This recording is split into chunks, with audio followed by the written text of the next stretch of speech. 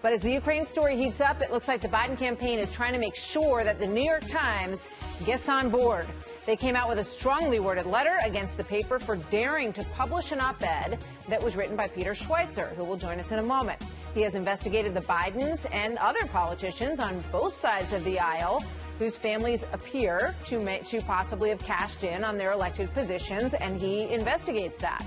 In response to that op-ed in the New York Times by Peter Schweizer, the Biden campaign came out swinging. They said, "We write to protest how little the Times has internalized the sobering lessons of 2016, particularly after giving top billing to a discredited right-wing polemicist, Peter Schweizer. Are you truly blind to what you got wrong in 2016? Or are you deliberately continuing policies that distort reality?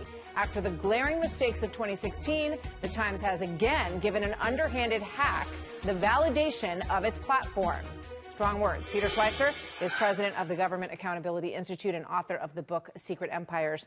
Peter, good to have you with us this evening. I guess my first question for you is, were you surprised at all that the New York Times, agreed to publish your piece?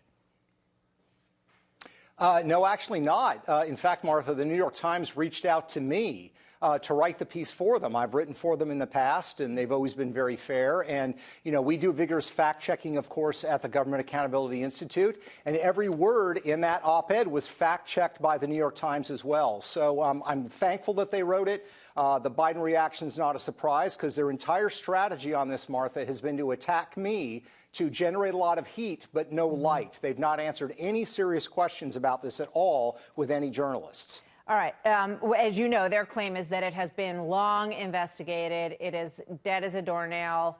There's nothing there to look at, and that you're just digging into it for political reasons. Yeah, well, Secret Empires, the book in question, came out in March of 2018, #1 New York Times bestseller.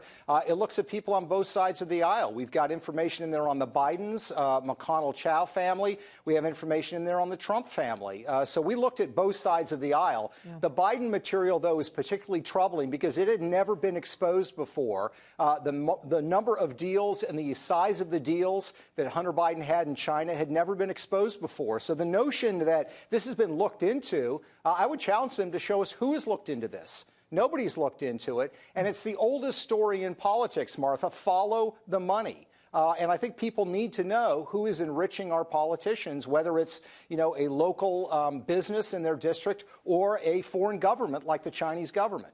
Yeah, I want to ask you about the Chinese government, but I do want to ask you to also respond to this Daily Beast piece that came out tonight, which says that you lifted certain passages in your book from WikiLeaks. I looked at these.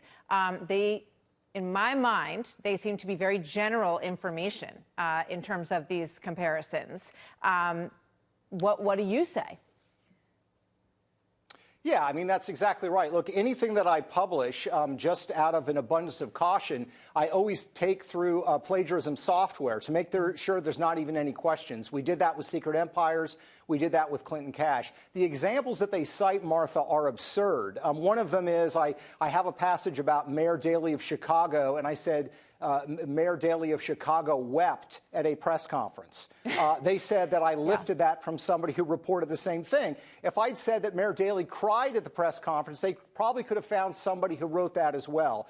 Look, it's very clear, Martha, their strategy is we do not want to talk about Hunter. We do not want to talk about these foreign deals. We want to try to talk about Peter Schweizer. And honestly, I'm a pretty boring guy.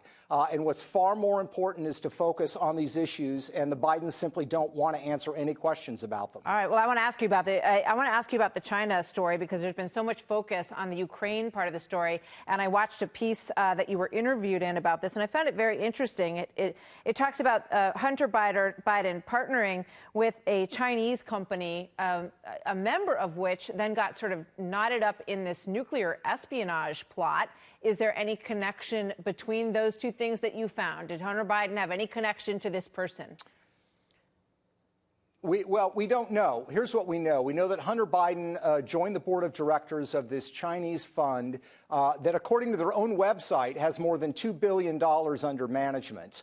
and they've invested in a number of companies. One of them, Martha, is a company called CGN, China General Nuclear. It's an atomic power company in China, and that company, shortly after the Biden firm, where he was on the board of directors, invested in them, senior executives from that company were arrested by the FBI. This is public record, and they were arrested for trying to steal nuclear secrets in the United States related to small nuclear reactors that had military application.